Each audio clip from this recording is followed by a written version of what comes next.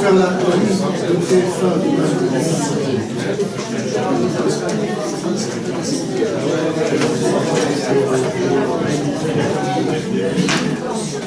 Je n'ai pas votre livre avec moi, malheureusement. Non, c'est pas encore le montrer, mais je l'ai pas. Tu m'as fait, toi, je l'ai acheté. Est-ce que j'ai commencé à lire? C'est le livre invisible. Ça commence bien. Ça commence bien.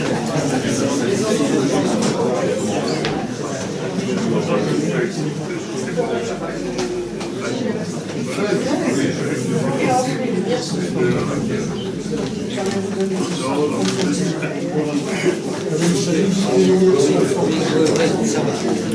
que Madame Chabi est tellement brillante qu'elle n'a pas besoin de donner plus.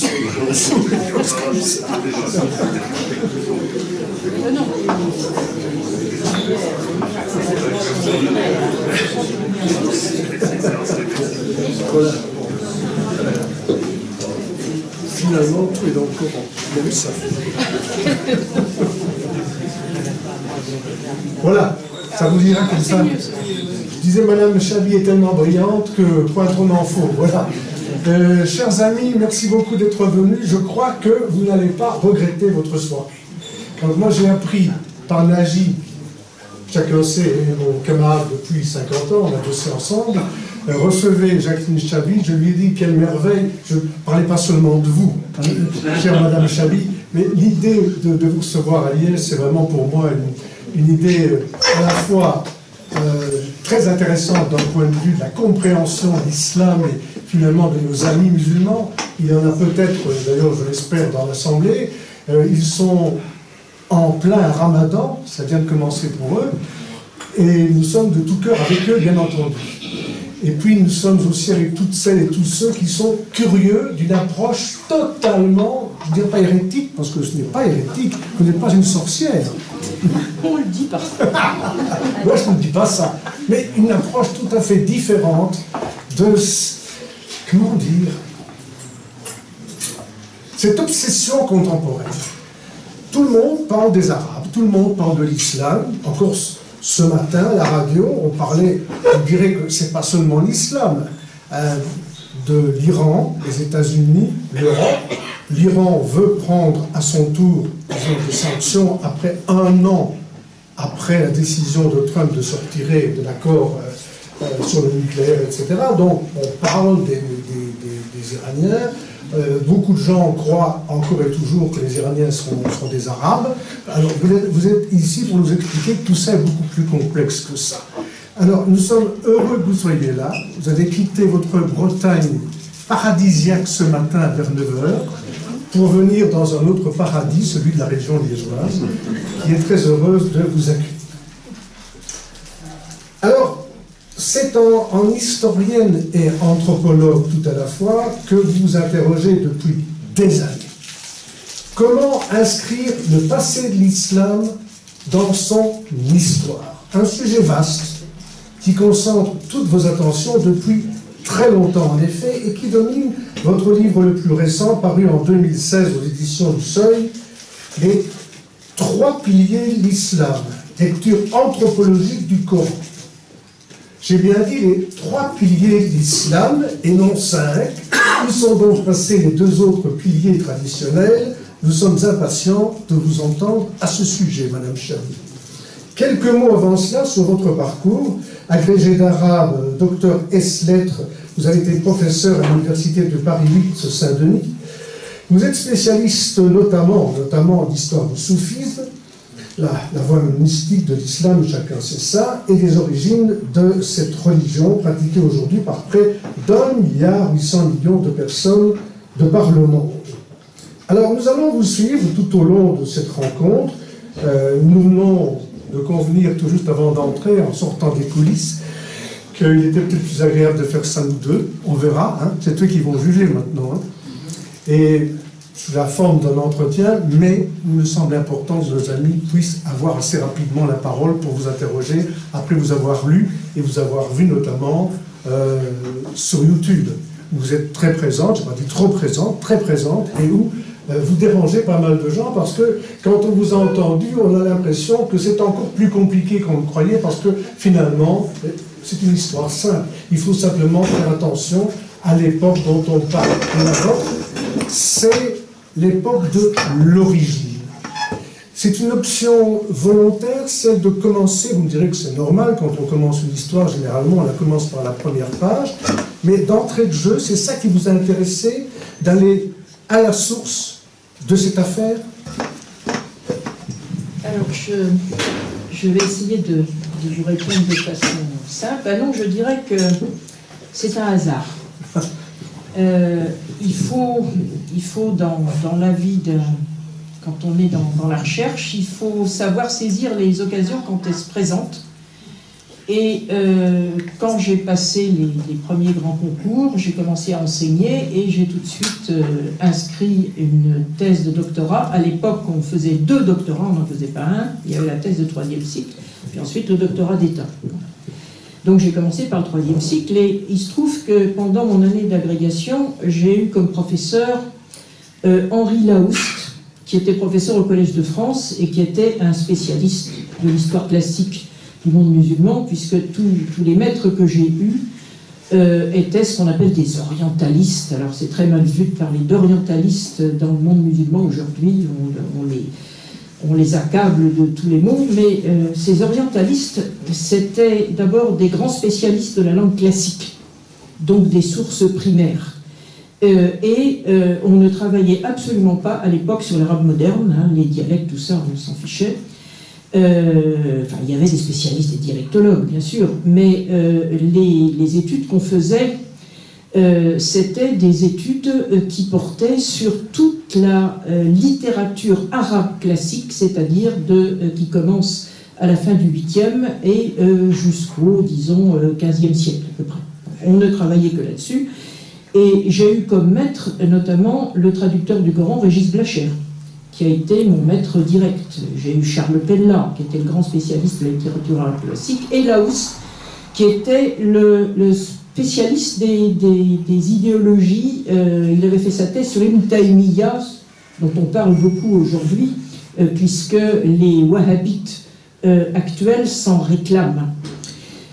Donc on était plongé dans cette littérature et il se trouve que la question d'agrégation qui était enseignée par Henri Laoust l'année de mon agrégation portait sur le XIIe siècle. Alors je me suis dit, on prend, vous savez, au départ, un sujet de recherche, c'est un petit peu le hasard. Et je me suis dit, je vais prendre quelqu'un du XIIe siècle. J'avais choisi un polémiste du XIIe siècle qui s'appelle Ibn al-Jawzi. Et malheureusement, j'avais un collègue, ou peut-être heureusement, j'avais un collègue qui avait choisi un sujet sur ce polémiste. Donc, j'ai pas pu prendre Ibn al-Jawzi. Alors, je me suis dit, je vais prendre qui? Et je suis tombé par hasard sur un personnage qui s'appelle Abdelkader el-Jilani. Abdelkader el-Jilani, il se trouve que dans le monde musulman, il est considéré comme le fondateur d'une confrérie mystique qui a commencé au XIIe siècle en Irak, et ou plutôt au XIIIe d'ailleurs, je vais vous dire pourquoi après, et puis cette confrérie existe jusqu'à aujourd'hui. Hein, les Qadiriya, la confrérie qadirite, on la trouve de l'Afrique occidentale, où elle est très très présente, enfin les wahhabites ont un petit peu grignoté tout ça, mais elle était très présente, et jusqu'aux Philippines. C'est une confrérie qui existe depuis toujours. Et moi je me suis intéressé à son présumé fondateur, et je me suis aperçu très rapidement, alors j'ai oublié de vous dire qu'en dehors de Laoust, mon véritable maître, c'était pas Laoust, c'était Claude Cahen, qui était le grand spécialiste, le grand historien médiéviste du monde musulman à la Sorbonne. Donc j'ai fait ma thèse sous sa direction. Malheureusement pour la thèse d'État, il est mort avant que je l'ai achevée. J'ai travaillé sur Abdelkader el-Jilani et là j'ai eu une surprise en lisant les sources du XIIe siècle sur le personnage historique, parce que moi c'est l'histoire qui m'intéressait. C'est pas ce qu'on disait du personnage, c'est ce que le personnage avait été dans son époque. Je me suis aperçu qu'en fait il n'était pas mystique du tout. Et que, en fait, il était raisonnablement favorable à une mystique raisonnée, mais en fait, c'était un juriste hanbalite en plus, c'est-à-dire un juriste littéraliste, mais comme il était originaire d'Iran, d'Iran occidental, d'Azerbaïdjan, de Gilan, d'Ilan, eh bien, il était plus ou moins favorable à la mystique, mais sans excès. Et je me suis aperçu en fait qu'il avait été institué patron de confrérie après sa mort. Donc ça, quand vous tombez sur un sujet comme ça, c'est quelque chose qui aiguise votre esprit critique. Alors, je me rappelle, j'avais des collègues à l'époque qui me disaient « mais non, il est mystique, mais il le cachait ». Alors moi, j'avais mes sources, je disais « mais non, je ne vois pas du tout où il peut être mystique ». Et puis on dit qu'il a un institut mystique à Bagdad, je ne trouve pas trace de cet institut mystique. Il avait une école de droit, il avait une madrasa à Bagdad, bon. Mais il n'avait pas ce qu'on appelle un ribat. Donc j'ai commencé par hasard par tomber sur un sujet clivant. Et quand déjà vous avez l'esprit un petit peu critique et que vous tombez là-dessus, évidemment, ça vous amène à continuer. Alors, je fais mon 3e cycle sur ce personnage, je fais des articles scientifiques, je n'ai pas publié ma thèse, mais j'ai fait plusieurs articles scientifiques dans des revues orientalistes de l'époque sur ce sujet, et puis je voulais continuer, je voulais travailler sur les confréries mystiques. Et puis, il se trouve que j'ai été très vite recrutée à l'université, donc à Paris 8, et en même temps, je préparais mes étudiants à l'agrégation d'arabe. Alors, j'étais dans le jury, et puis je donnais les questions. Un certain nombre de questions, et les questions notamment sur l'histoire. Et un jour, j'ai l'idée, je ne sais pas pourquoi, de donner une question sur les débuts de l'islam. Alors, je commence pendant l'été à préparer mon cours, et ce que j'avais une connaissance normale, comme tout étudiant, de ce qu'on disait les débuts de l'islam. Sans plus, bon, je reproduisais les idées habituelles. Et puis, en lisant, pour préparer mon cours, je me dis, mais qu'est-ce qu'il raconte? C'est-à-dire que je me suis aperçu tout d'un coup qu'en fait d'histoire des débuts de l'islam, on était dans l'histoire sacrée, et on n'était pas dans l'histoire historique. Et donc, à la fin de l'été, je suis allé voir mon maître Claude Cahen, et je lui ai dit, monsieur, parce qu'on était très respectueux de ses maîtres à l'époque, je lui ai dit, monsieur, je change de sujet. Et ça faisait 8 ans que j'étais déjà inscrite, et je n'avançais pas trop sur le sujet des confréries. Et je commence à raconter à Cahen ce que je commençais à trouver. Et il me dit, allez-y. Et c'est comme ça, par hasard, parce que j'ai donné un jour une question sur les débuts de l'islam que j'ai commencé, c'était dans les années 80, je pense, que j'ai changé d'orientation parce que je suis tombée sur un sujet extraordinaire qui me paraissait ouvrir des perspectives totalement inexplorées. Alors, la manière dont je travaille, c'est très simple, c'est que moi je ne pars pas des textes sacrés pour parler de l'histoire, je pars des sociétés pour parler du religieux. C'est-à-dire, je pars du terrain, et du terrain dans tous les sens du terme, pour arriver à dire des choses sur le religieux. Parce que le religieux, il n'est pas intemporel. Le religieux, il est daté, temporalisé, il est situé. Et quand on fait de l'histoire, le religieux, on doit le mettre dans son époque, dans le terrain où il se trouve, et on doit le mettre en face des gens auxquels il s'adresse. Or, en ce qui concerne l'islam, je dirais qu'on a un cas d'école, et il faut faire très très attention à ne pas mélanger les périodes. Parce qu'en histoire, si vous mélangez les périodes, vous faites quoi? Vous faites de l'anachronisme, vous faites de l'extrapolation, c'est-à-dire vous ne faites plus d'histoire, vous faites de l'idéologie, ou vous faites de la religion. Donc, je me suis aperçu que pour travailler sur l'islam des premiers temps, il fallait partir de la société. Il fallait partir du terrain où l'islam s'était exprimé. Or, le problème qui se pose, c'est que les sources de l'islam classique qui parlent de cette première période, ces sources, elles ne sont pas contemporaines de la première période. Ces sources, elles commencent à s'écrire 1 siècle et demi à 2 siècles, voire plus, après les débuts de l'islam. Vous êtes en fait la première personne à avoir marché en termes d'islam avant l'islam.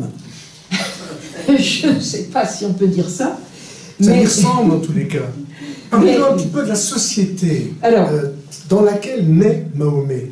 Alors, avant, je vais faire un petit excursus avant, je vais continuer un petit peu. Je vais dire que la société dans laquelle naît Mahomet, j'en parle tout de suite après, cette société a disparu très vite. Le problème, c'est ça. Cette société a disparu très vite à partir du moment où les Arabes, je ne dirais pas les musulmans, sont sortis d'Arabie. À partir du moment où les Arabes sont sortis d'Arabie, les Arabes, c'était qui les Arabes? C'était les tribus arabes. Parce que la société d'origine, c'était une société de tribus. Bon. Tant qu'ils restent dans le monde tribal, ils vivent tribalement, mais quand on sort de son terrain d'origine, ça peut mettre un certain temps, mais on finit par s'acclimater à la nouvelle société dans laquelle on s'est implanté. Donc le problème, c'est que vous avez au départ un terrain, en Arabie même, dans la péninsule arabique, un terrain tribal, et qu'au moment où s'écrivent les sources sur le passé, on n'est plus sur le terrain tribal, on est dans une société nouvelle, et une société qui va réussir une hybridation généralisée au IXe siècle. Or, cette nouvelle société, son terrain, c'était plus du tout la péninsule arabique. Son terrain allait de l'Espagne à l'Asie centrale, en passant par toute la rive sud de la Méditerranée. Et au IXe siècle, vous avez toutes les composantes de cette société, les composantes culturelles, les composantes linguistiques, les composantes religieuses qui vont s'amalgamer autour de ce qu'on va appeler l'islam. Et je dirais que l'islam qu'on connaît aujourd'hui dépend beaucoup plus de l'hybridation de ce IXe siècle que de l'origine, c'est-à-dire de la phase coranique. Donc, historiquement, on est en face de deux périodes qu'il ne faut surtout pas mélanger. La période coranique qui répond à la phase tribale et la période de l'historiographie postérieure, la période de la fameuse tradition prophétique. La tradition prophétique, les ouvrages de tradition prophétique datent du 9e et du 10e siècle. Donc, le problème de l'islam, du point de vue des musulmans d'aujourd'hui, c'est le mélange de deux corpus qui appartiennent à des moments différents de l'évolution de l'islam. Et si on mélange les deux, évidemment, historiquement, on n'est plus dans l'histoire, on est dans l'idéologie, on est dans le fantasme. Alors, sur le terrain d'origine... Le terrain d'origine, et puis, commençons par le personnage central, quand même, celui avec qui tout commence, d'une certaine manière, même si certains éléments, comme vous venez de laisser entendre, préparent le terrain, c'est Mahomet. Alors, vous le décrivez comme un personnage, finalement, assez falot, assez banal. Il n'avait pas vraiment la dégaine d'un héros. Alors, Mahomet... Je ne dis pas mal du prophète, hein, c'est très dangereux. Alors, le prophète n'est absolument pas sacralisé dans le Coran, c'est-à-dire que l'idée de blasphème n'existe absolument pas dans le Coran. Dans le Coran, vous avez des insultes contre Mahomet. Alors, je dis Mahomet ou Muhammad, bon. Alors, Mahomet, il y a une idée qui court, qui est complètement idiote, c'est de penser que quand on dit Mahomet, on insulte. Alors, c'est une idée qu'on trouve sur les réseaux sociaux un petit peu partout, c'est-à-dire Mahomet, on divise le mot en deux. Ma, c'est une négation en arabe, et il y a Homé qui serait la suite, et on dit Mahomet, c'est parce qu'on veut dire Mahoumida, autrement dit, il n'est pas louangé, alors que Muhammad en arabe, c'est le participe passif du verbe Hamada, qui veut dire celui qui a reçu des louanges. Donc, si on dit Mahomet, ce serait parce qu'on veut insulter Muhammad. C'est complètement ridicule, parce que Mahomet, ça vient du turc, ça vient de Mehmet, hein, avec la finale en T, les Turcs assourdissent les finales, hein, donc au lieu de mettre D, ils mettent T, et donc c'est simplement parce que ça vient du turc. Hein, bon. Donc, il n'y a pas du tout d'insulte là-dedans, c'est simplement la forme savante qui était en usage et qui est passée par le latin Mahométus, hein, c'est tout. Bon, alors je dis indifféremment Mahomet ou Muhammad, pour moi ça n'a aucune importance. Bon. Donc, Muhammad, déjà, c'est un nom un petit peu bizarre, je dirais, pour quelqu'un qui, dans sa tribu, était un petit peu handicapé de naissance. Alors, pourquoi est-ce qu'il était handicapé de naissance? C'est pas qu'il manquait d'esprit, c'est pas ça du tout.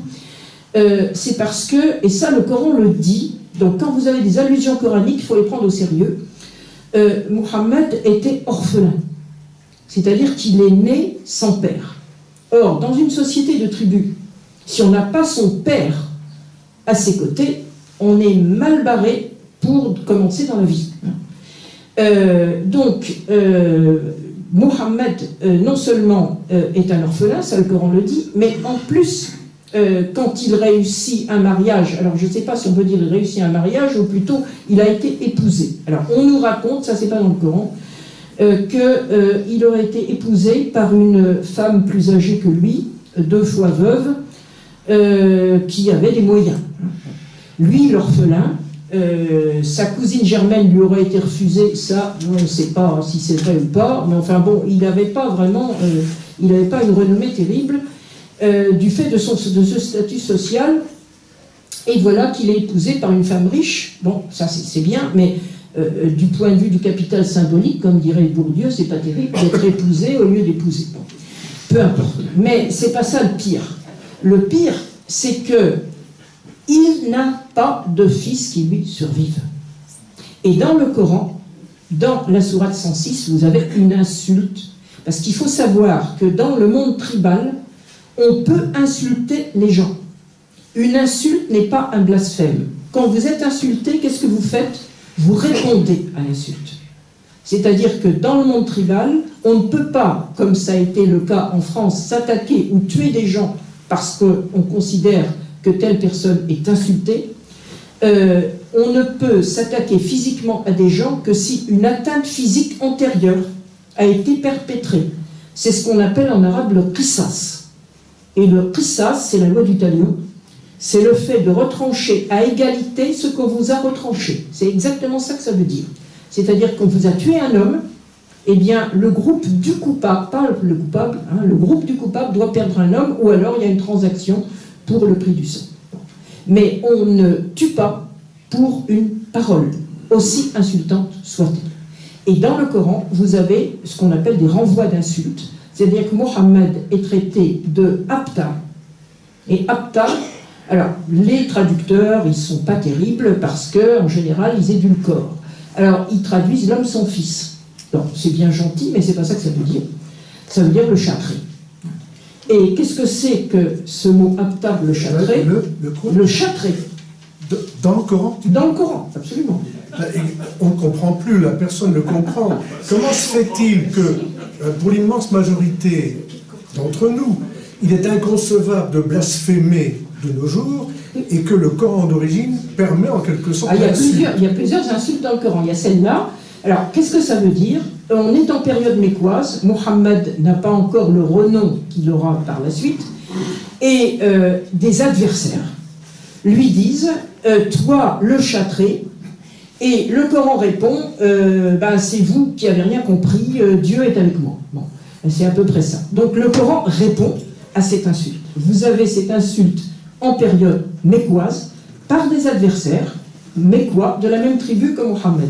Mohammed appartenant à cette tribu ne peut pas riposter d'une quelconque façon physique, ça n'existe pas. Et le Coran répond en défendant Mohammed. Vous avez une autre insulte, ça vaut le coup de les mettre en exergue toutes les deux, en pleine période médinoise. C'est-à-dire quand Mohammed a commencé déjà à s'imposer, non pas religieusement comme on le croit, mais politiquement. C'est-à-dire qu'il commence à réussir politiquement au nom du Dieu qu'il invoque, c'est-à-dire qu'à partir du moment où il réussit dans la pratique, dans ses actions, on commence à le prendre au sérieux. On ne prend pas au sérieux son discours, on prend au sérieux son action qui commence à réussir en se disant, s'il réussit, c'est que son Dieu, il est bon. Donc c'était l'esprit de cette époque-là. Avant Muhammad, c'était quoi la religion des Bédouins? Alors, la religion des Bédouins, c'était une religion pragmatique qui était une religion de l'alliance avec un dieu ou une déesse protecteur. Local, éventuellement. Local. Alors, évidemment locale. En ce qui concerne, alors je reviens quand même à la deuxième insulte, parce que ça me coupe. La deuxième insulte, c'est quoi? Donc on est en pleine période médinoise, Mohammed déjà commence à être reconnu. Il a déjà un certain poids dans l'oasis où il est arrivé comme immigré. Ça, il ne faut pas l'oublier. Il a été fichu dehors par sa tribu, qui en avait assez d'entendre ses discours, donc les Mécois l'ont mis dehors. Et il arrive à Médine, il commence à faire de la politique, il commence à réussir. Et l'oasis a une importance. Et l'oasis, c'est une oasis très très importante, où il y a 5 tribus, alors qu'à la Mecque, c'était une toute petite implantation sédentaire sans oasis, où il y avait une seule tribu. Donc la base économique de Médine, c'est beaucoup plus important. Il y avait 5 tribus, 3 juives et 2 tribus arabes. Donc là, il commence à réussir, c'est Razia, etc. Et il y a une banale querelle autour d'un puits. Et là, il y a un chef médinois qui avait des ambitions politiques lui aussi, et ça c'est dans le Coran encore, qui dit, lorsque, alors il y a une querelle qui tourne mal autour d'un puits, ça arrive souvent, on se bagarre autour des puits, et le chef médinois lui dit, lorsque nous serons revenus à Médine, l'homme puissant que je suis en mettra dehors l'homme de rien que tu es. C'est dans le Coran. Et alors le Coran répond de la même façon, c'est-à-dire, ce qui est intéressant dans le Coran, c'est qu'il vous donne l'insulte et le retour d'insulte. Il vous donne les deux. Donc, il vous permet de raisonner. Et, alors, la tradition musulmane postérieure ne comprend plus cette attitude des premiers. La tradition musulmane 2 siècles après ne comprend plus rien en disant, mais qu'est-ce que c'est que ça? On n'insulte pas celui qui est devenu notre prophète. Puisqu'on a changé d'idéologie, on a changé de société, on a sacralisé la figure du prophète. Donc il y a toute une légende qui se met autour de cette insulte. Comment peut-on insulter notre prophète? On est quand même très loin du Coran incréé, là. Alors, on est très loin du Coran incréé. Et donc, la tradition musulmane postérieure dit oui, mais celui qui a insulté le prophète, tout le monde lui a tourné le dos, son propre fils a dit, est-ce que je vais le tuer? Et Mohammed magnanime dit non, non, tu ne vas pas le tuer. Et il a été abandonné de tous, etc., etc. Sauf que, si vous revenez au Coran, donc c'est des fadaises, il n'y a pas eu de conséquences, ce chef puissant va finir par mourir, et que fait Mohammed? Il est obligé d'aller sur sa tombe. Donc ça veut dire qu'il avait gardé tout son pouvoir, et qu'il a insulté, il y a eu renvoi d'insultes, et puis ça s'arrête là, ça va pas plus loin. Donc il faut vraiment savoir de quoi on parle. Quand on parle du Coran, on parle de la société tribale, et quand on parle de la tradition prophétique, on parle tout à fait d'autre chose, et là on est dans la sacralisation du passé, et le problème aujourd'hui, c'est qu'on n'arrive pas à séparer les deux. Alors venons-en à votre livre, Les 3 piliers de l'islam. Quel a été le but premier de Muhammad? Alors, ce qui l'a motivé, ce qui l'a fait mettre en chemin, je dirais. La mise en chemin de Mohammed, c'est assez compliqué, mais je pense qu'on en a une évocation dans ce qui est sans doute la partie la plus ancienne du Coran, qui est la sourate 106. Dans la sourate 106, ce qui est dit aux Mécois, donc Mohammed est l'orphelin qui n'a pas de statut très reconnu dans sa tribu, et il s'adresse à sa tribu en disant la chose suivante: rendez culte au seigneur de la demeure, Rab el-Bayt. Bayt, quand on dit, alors le Bayt, c'est la Kaaba, bien sûr. Le Bayt, c'est quoi? C'est là où on réside avec les siens et où on passe la nuit. C'est-à-dire, c'est le lieu de résidence. Ça peut être une tente, ça peut être une maison, ou ça peut être le lieu de résidence d'une divinité. Donc, ça veut dire qu'à la Mecque, les Mécois, avant lui, considèrent qu'il y a une puissance protectrice locale qui protège la Mecque. Et la Mecque, c'est quoi? Je l'ai dit, c'est pas une oasis. Hein, ça, c'est surtout ce qu'il faut bien comprendre, ça n'est pas une oasis. La Mecque n'existe que parce qu'on a trouvé un point d'eau. On a trouvé un point d'eau par hasard, un jour. Bon, on peut comprendre qu'il y a un point d'eau dans la mesure où la Mecque c'est un bas-fond, enfin le lieu le plus sacré de la Mecque c'est un bas-fond. D'ailleurs le Coran dit il y a le ventre de la Mecque où se trouve la Kaaba. Le ventre, qu'est-ce que ça veut dire? C'est la cavité où les eaux convergent et où l'eau s'infiltre. Donc il y a un point d'eau Et ce point d'eau est permanent, parce qu'en Arabie, le problème des puits, c'est qu'on ne sait jamais s'ils sont en eau ou s'ils ne sont pas en eau. Et à la Mecque, pourquoi c'est sacralisé? Parce qu'il y a de l'eau tout le temps. Hein. Là, il y a vraiment un point d'eau pérenne, et cette pérennité, c'est quelque chose de fondamental. Donc, le Coran, dans cette sourate 106, dit aux Mécois, aux Quraïch, à la tribu de Mohammed, leur dit « Rendez culte au Seigneur de la demeure », et la Kaaba, elle est située où? Elle est située à côté du puits. Et ce qu'il faut savoir, c'est que ce bas-fond est inondable. Et jusqu'à aujourd'hui, même si les Saoudiens ont essayé de faire des travaux, c'est toujours inondable. Vous regardez sur Internet 1941, et vous allez voir une inondation autour de la Kaaba, où les gens, il y a des photos, où les gens ont quasiment de l'eau jusqu'au cou. Donc la protection, c'est fondateur. Alors, la protection, c'est la fondation de cette ville. Il y a un dieu fondateur qui est en fait le dieu du puits. Et pourquoi est-ce qu'il y a la Kaaba? Alors, quand on traduit, c'est un temple. Est-ce que vous avez regardé la Kaaba? Est-ce que la Kaaba a l'air d'un temple? C'est pas un temple. Bon. C'est un support de pierre sacrée. Et pourquoi un support de pierre sacrée? Parce que c'est un lieu inondable. Les pierres sacrées, aujourd'hui, il y en a deux. Il y a celle que tout le monde connaît, la pierre noire, le Hajar al-Aswad, qui est à l'angle est, parce que la Kaaba est orientée selon les points cardinaux. Il y a l'angle est, l'angle ouest, l'angle nord, l'angle sud. Bon, là, la pierre noire est à l'angle est, et il y en a une à l'angle sud, qu'on appelle le Hajar al-Asad, la pierre bienheureuse, qui est du côté du Yémen. Hein. Et il faut savoir que, vu de la Mecque, qui est dans une zone très aride, le Yémen, c'était un petit peu la terre de cocagne, puisque le Yémen est arrosé dans une grande partie de son territoire par la mousson d'été. C'est-à-dire que tous les étés, on est sûr qu'il y aura de la pluie, hein, plus ou moins étendue. Regardez par exemple la côte sud de l'Arabie, au Oman, dans le Zofar, hein, où vous avez une verdure extraordinaire qui apparaît durant le mois d'août. C'est ce qu'on appelle le kharif en arabe, c'est pas l'automne, c'est la mousson. Donc, le dieu du puits, c'est très très important. Alors, ce que le Coran dit, rendez culte au dieu du puits, qui vous préserve de la famine et de la peur de quoi? De la peur des attaques. Donc c'est une conception très pragmatique. C'est une conception très pragmatique. Alors, et en même temps, en disant ça, le Coran fait silence sur quelque chose dont on s'aperçoit que ça existe après. C'est que les Mécois rendaient culte à ce seigneur de la demeure. Ils rendaient culte à la Kaaba. Ils faisaient des sacrifices, je pourrais en parler tout à l'heure. Mais en plus de la Kaaba, ils rendaient culte à des divinités extérieures. Ces divinités extérieures, elles sont nommées dans la sourate 53, hein, le verset 19-20. Elles ont des noms, c'est El-Uzza, El-Lat ou Amanat. C'est de l'animisme, du polythéisme? Alors, ces divinités, ce sont des noms, ce n'est pas des noms personnels, ce sont des noms fonctionnels. El-Uzza, c'est la puissante.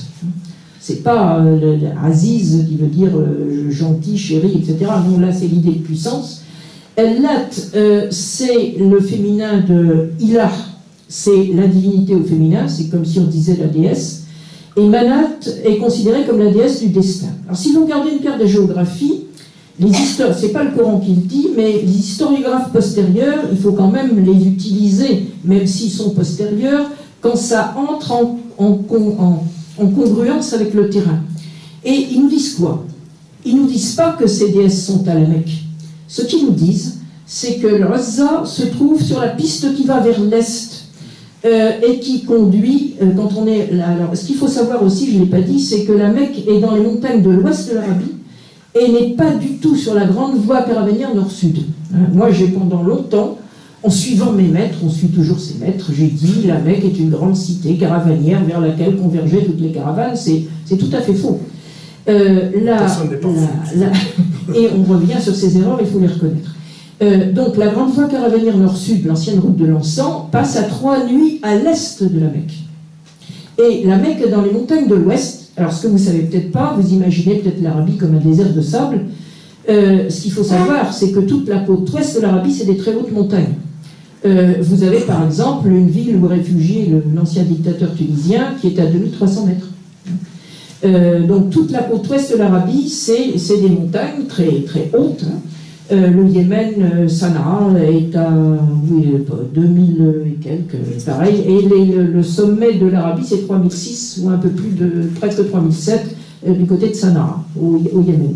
Mais vous avez des sommets de 3000 mètres sur la côte ouest de l'Arabie.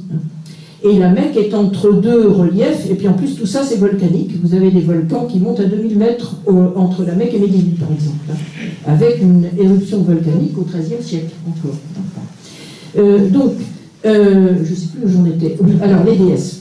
Les déesses, où est-ce qu'elles étaient? Il y en avait une qui était sur la piste à l'est de la Mecque qui allait vers la route de l'Encens, donc qui allait vers la grande piste. Ellat était dans la ville de Taïf. Or, la ville de Taïf, c'est une ville de montagne. J'ai longtemps dit, en suivant Wikipédia, que c'était à 1400 mètres. Non, c'est beaucoup plus haut. Taïf est à 1800 mètres. Vous imaginez? On pourrait presque faire du ski, hein, s'il y avait de la neige. Donc, Ellat était à Taïf, et Taïf avait un grand intérêt. C'est à 70 km de la Mecque, 1800 mètres. Donc, il faut y aller à dos de chameau, pas en 4x4 ou en voiture comme aujourd'hui. Et c'était un lieu d'approvisionnement des Mécois. C'est-à-dire quand les Mécois voulaient manger, il fallait qu'ils aillent à 1800 mètres dans la montagne, à 70 km, ça fait 8 jours de marche aller-retour à peu près, en restant 2 jours sur place. Donc il y avait une déesse qui était là. Et puis il y en avait une autre, Manat, qui était sur la route de la côte, qui était, quand on va de la Mecque à Médine, on est obligé d'aller vers la côte, faire un détour, parce qu'entre les deux villes, il y a un grand chaos basaltique qu'on ne peut pas traverser, puisque c'est une zone volcanique, donc il y a du basalte, des chaos absolument partout, donc on est obligé de contourner. Et Manat était là. Alors vous regardez la carte des géographies et vous dites, mais les déesses, elles étaient où? Ben, elles étaient sur les pistes. Donc les Mécois, ils ne mettaient pas tous leurs œufs dans le même panier. Il y avait le dieu du puits, et puis il y avait les déesses extérieures. Et ils rendaient culte en se disant, il vaut mieux être protégé partout où on passe, etc. Donc la grande différence de Mohammed, c'est qu'il va dire non, non, les déesses, vous les laissez de côté. Il y a un seul Dieu qui protège votre cité et qui vous préserve de la famine et qui vous aide à vous déplacer également, parce qu'il y a également dans cette sourate que le Dieu en question favorise ou protège les voyages, les petits voyages caravaniers d'approvisionnement des Mécois. Alors il y avait deux voyages, le voyage de printemps et le voyage d'hiver, qui leur servaient à sortir un petit peu de leur environnement aride. Donc la première revendication, je dirais, c'est pas encore un monothéisme, c'est ne vous trompez pas de protecteur. Il y en a un seul qui vous protège, c'est celui du puits, c'est pas les autres. Et ça va commencer comme ça. Sauf que les Mécois n'ont aucune envie de déroger à leur tradition ancestrale. Ils sont là, vivants. S'ils sont là, c'est que les dieux auxquels ils rendent culte, le dieu local et les déesses, les ont protégés. Donc ils vont rire au nez de l'inspirer. Et c'est à ce moment-là que va se faire la première rencontre avec la thématique biblique. Alors, la thématique biblique, quand on est à la Mecque, elle vient d'où? Eh bien, il se trouve qu'au 7e siècle, et avant le 7e siècle, il y avait une implantation juive et une implantation chrétienne au Yémen. Le judaïsme depuis le 4e siècle et le christianisme depuis le milieu du 5e, 6e siècle. Il y avait d'ailleurs des bagarres entre les deux. Et donc, les thèmes bibliques étaient connus. Et qu'est-ce qui va être importé en premier par le Coran? Ce qui va être importé en premier, c'est l'eschatologie. Si vous n'écoutez pas ce qu'on vous dit, eh bien, non pas ce sera la fin du monde, ce sera la fin de votre tribu. C'est-à-dire, il va y avoir une fin du monde locale. Vous allez périr si vous n'écoutez pas la bonne parole. Cette affirmation ne rencontre qu'ironie, là encore, quels que soient les arguments qui sont développés. La thématique suivante, ça va être la création. Pourquoi vous ne rendez pas culte à celui qui vous a créé. Et donc, c'est de fil en aiguille, la thématique biblique va s'importer dans le Coran pour répondre à des besoins coraniques, à une argumentation coranique.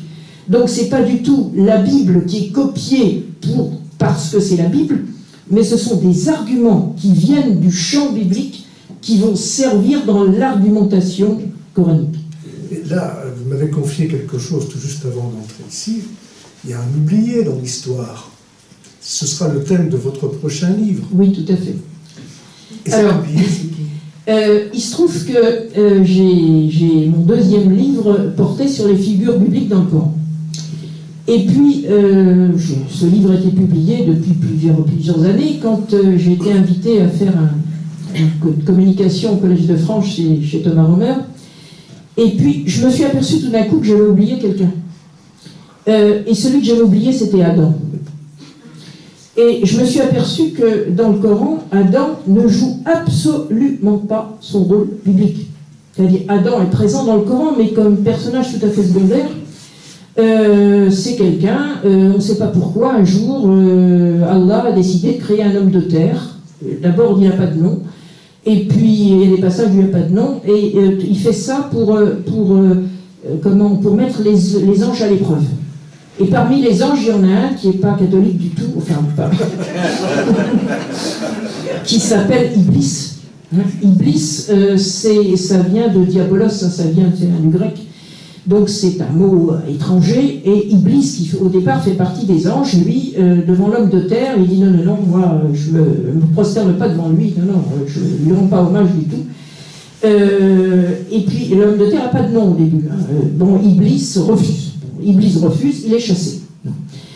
Et puis, au bout d'un certain temps, il y a la Bible intervient et cet homme de terre, il prend le nom d'Adam. Et puis cet Adam, on nous dit que, Dieu un jour, cet homme de terre, il l'a mis dans un jardin, mais on ne dit pas que c'est le premier jardin de l'humanité, ni le premier homme, on ne dit rien du tout. On dit simplement que Dieu a passé un pacte à Had avec Adam, et que Adam, il l'avait pourtant bien prévenu, il lui avait dit, tu sais, il y a quelqu'un qui te veut du mal, et tu fais attention. Mais Adam, il a oublié, c'est ce que le Coran dit, Nasiya, il a oublié, et puis, comme un imbécile, il a trahi le pacte, et il a mangé de l'arbre d'éternité. Parce que Adam, dans le Coran, il n'était pas éternel, il était simplement dans un jardin sympa avec son épouse qui n'a pas de nom. Mais tout ça n'est absolument pas relié au mythe biblique de la création, puisque le mythe du premier homme, c'est quelque chose de fondamental dans la Bible, puisque tout part de là, il y a une chronologie. Or, dans la création coranique, vous n'avez pas de chronologie comme ça. Adam n'est jamais nommé le premier homme.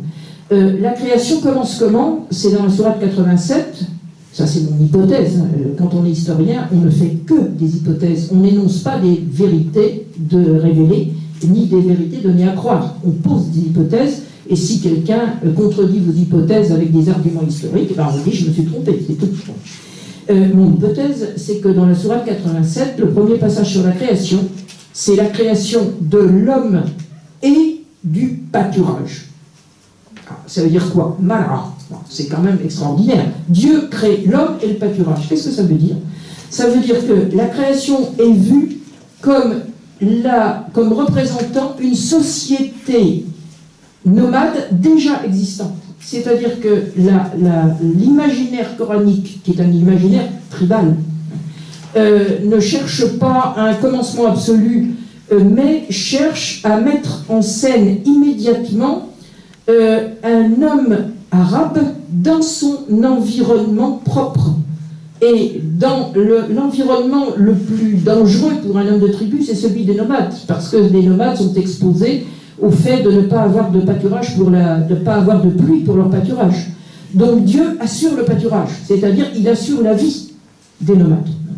Et c'est ce qui est le plus frappant dans un imaginaire de ce type, qui est un imaginaire qui répond à une société de pénurie. Il faut savoir que les sociétés tribales d'Arabie, c'était des sociétés qui étaient tout le temps en attente de pluie. On ne savait jamais si la pluie allait tomber. On ne savait jamais si on aurait de la famine l'année d'après. On ne savait jamais si les troupeaux allaient vivre ou mourir. Et donc, dans cet imaginaire de l'urgence, je dirais qu'un mythe biblique de création primordiale n'a pas sa place. Et on est dans un imaginaire de l'immédiat et du pragmatisme. Alors, une autre idée qui va surgir à l'esprit de Mohammed, que ce soit parce qu'elle lui a été soufflée par Gabriel ou... Ah non, pas Gabriel. Il n'est quasiment pas dans le Coran, Gabriel. C'est terrible de se dire ça quand même, hein, parce que le pauvre, sans lui, il n'y a pas d'intermède, il n'y a pas d'intermédiaire avec ce père hyper protecteur qui est au-dessus et qui s'appelle Allah. Mais pour en revenir... Il ne s'appelle pas Allah au début. Hein. Alors, Allah, c'est un nom qui s'invente. Comment on arrive à Allah? Bon. Alors, au début, donc il y a, si on essaie de mettre en place une chronologie hypothétique du Coran en tant que texte. Donc on essaie de définir deux périodes, la mécoise et la médinoise. On est donc dans la période à supposer mécoise.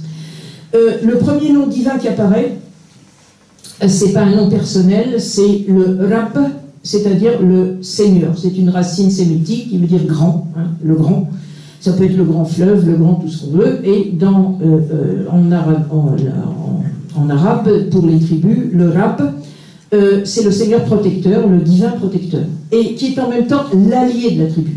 Parce que ce type de religiosité tribale, c'est une religiosité non pas du dogmatisme, mais de l'alliance. Et le Dieu n'est suivi, on ne s'allie à un Dieu que s'il profite à ses alliés. C'est-à-dire qu'on n'adore pas un Dieu pour l'adorer, on adore un Dieu parce qu'il vous rend service, qu'il vous aide à vivre. Et on peut comprendre ça dans ce type de société où les enjeux de survie sont permanents. On est tout le temps en train de se demander si on ne va pas disparaître.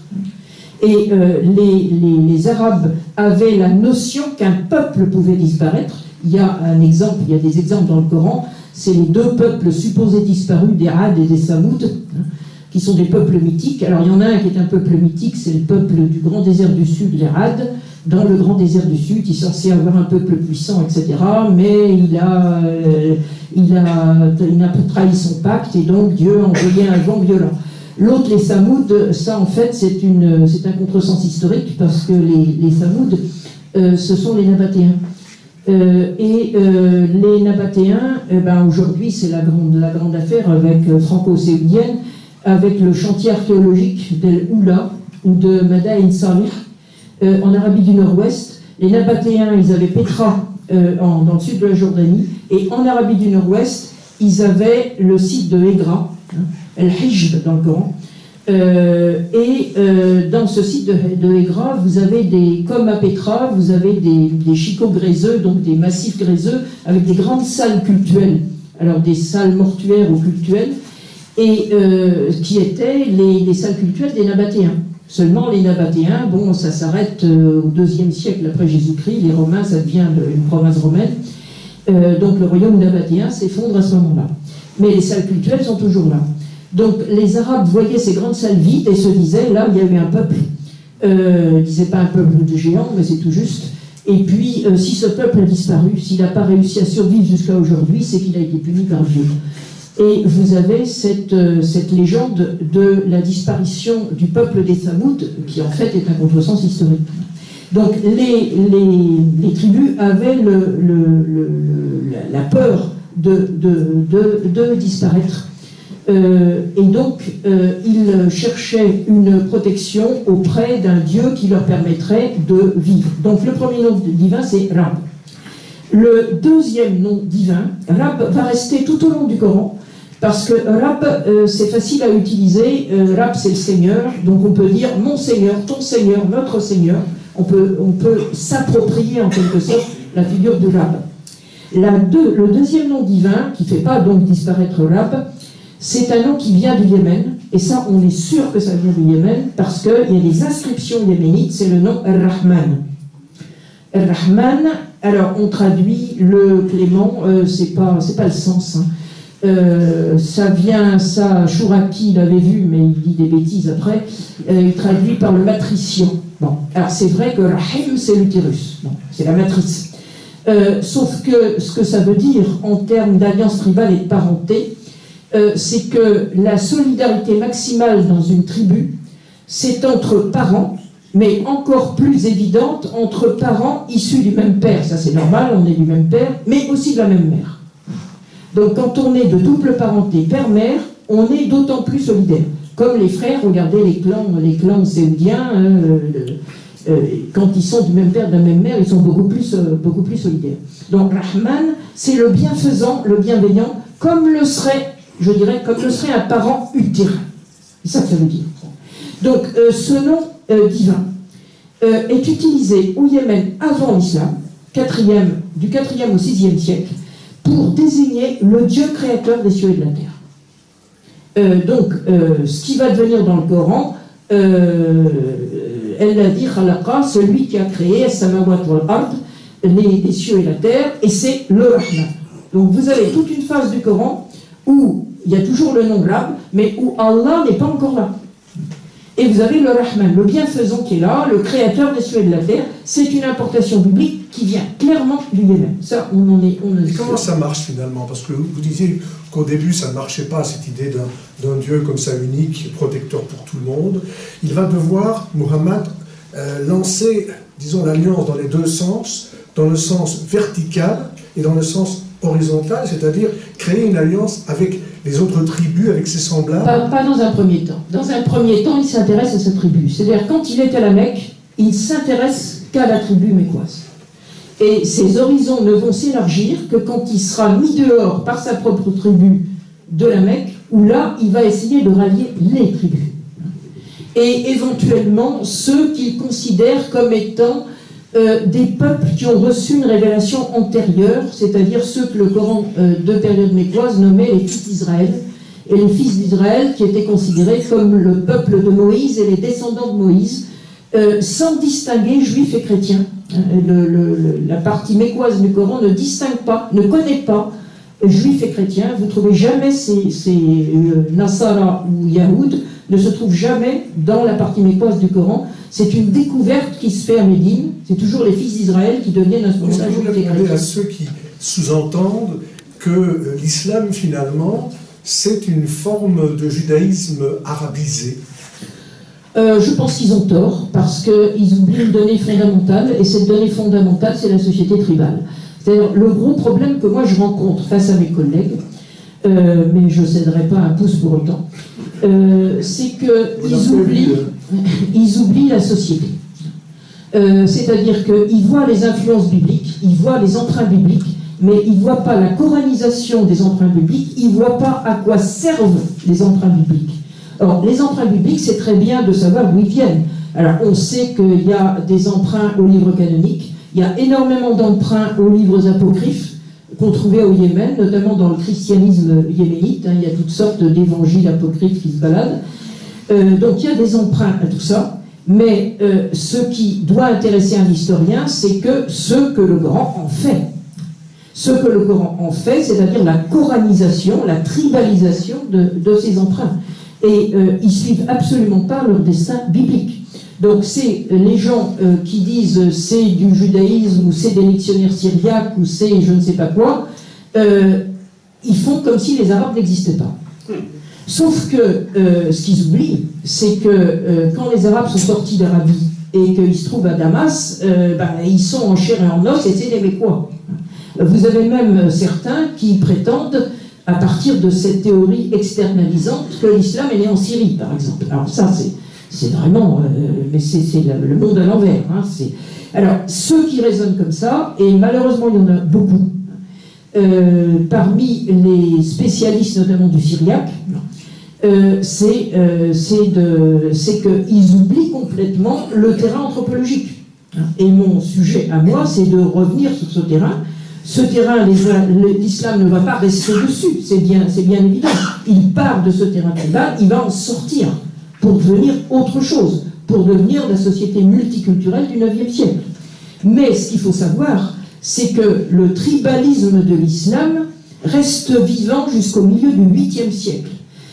Quand vous étiez quelqu'un des terres extérieures à l'Arabie, au début du 8e siècle par exemple, sous l'Empire omeyyade. Et l'Empire omeyyade, il ne faut pas oublier, ça va de l'Espagne, des frontières des Pyrénées, jusqu'à l'Asie centrale.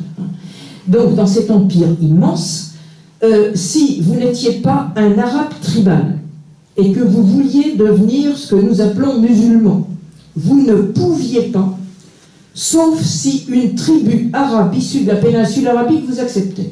Autrement dit, l'islam est resté une religion tribale jusqu'au milieu du 8e siècle.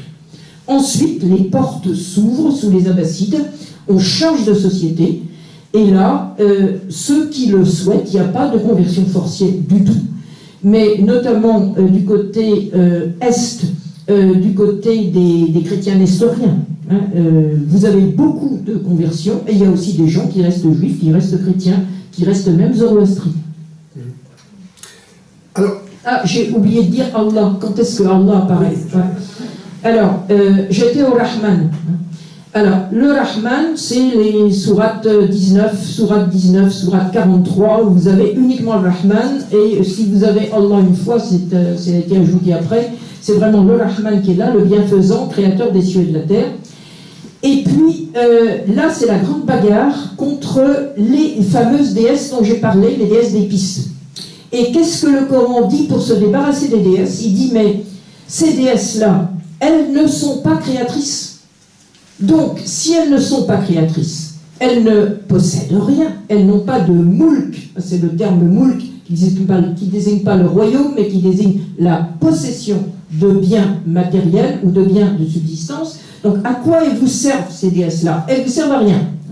Et dans la sourate 53, on finit par dire en les nommant, ce ne sont que des noms dont vous et vos pères les avez nommés, elles ne servent absolument à rien. Et puis il y a un autre argument qui vient en disant, mais vous les hommes de tribu, vous voulez avoir des fils, hein, vous vous glorifiez de vos fils, et vous prétendez qu'Allah s'appuierait sur des femelles ou sur des filles, mais c'est complètement absurde. Donc ça, ce sont les deux arguments, et à partir de ce moment-là, le Coran nous dit, il n'y a de divinité que le ilah. C'est-à-dire, Allah, c'est quoi? C'est le mot ilah qui signifie le Dieu au masculin, Allah étant féminin, qui devient al-ilah, Allah. Et c'est comme si on disait le Dieu avec valeur de nom propre. Et à partir de ce moment-là, ce nom Allah, le Dieu par excellence en quelque sorte, devient complètement dominant. Vous avez quasiment plus de 2500 nominations d'Allah dans le Coran à partir de ce moment-là. Mais avant cette phase, je dirais que Allah s'impose quand le combat contre les déesses extérieures est gagné. Et à ce moment-là, il n'est plus question que d'Allah, le nom divin Ar-Rahman disparaît. Rab reste, mais le nom Ar-Rahman, c'est un épisode coranique qui va s'achever à partir du moment où Allah a gagné la partie. Mais tout ça va réapparaître avec les titres et qualités d'Allah. Alors, Ar-Rahman devient à ce moment-là un qualificatif, le bienfaisant. Ar-Rahim, qui est également le miséricordieux, c'est ça. Oui, parce que le Dieu coranique c'est un allié tribal avant tout, hein, dans le cadre coranique proprement dit. Je ne parle pas des exégèses postérieures. Évidemment, les exégèses postérieures ne verront plus cet aspect tribal. Les exégèses postérieures vont effacer tout ça. Parce que l'islam d'aujourd'hui n'a plus rien à voir avec l'islam tribal. L'islam d'aujourd'hui ne sait pas qu'il a à voir avec l'islam tribal. En ce qui concerne les pèlerinages, par exemple, les pèlerinages qui reproduisent des rituels anciens de demande de pluie, en fait, à l'équinoxe d'automne et à l'équinoxe de printemps, sont complètement transposés, abrahamisés, etc. Déjà, il y a une abrahamisation dans le Coran, mais bon, il faut regarder ça de près. Mais les anciens rituels locaux, qui étaient des rituels qui étaient liés à une demande de subsistance, hein, et notamment, c'était des rituels contre le soleil. Il fallait demander au soleil de laisser la pluie tomber.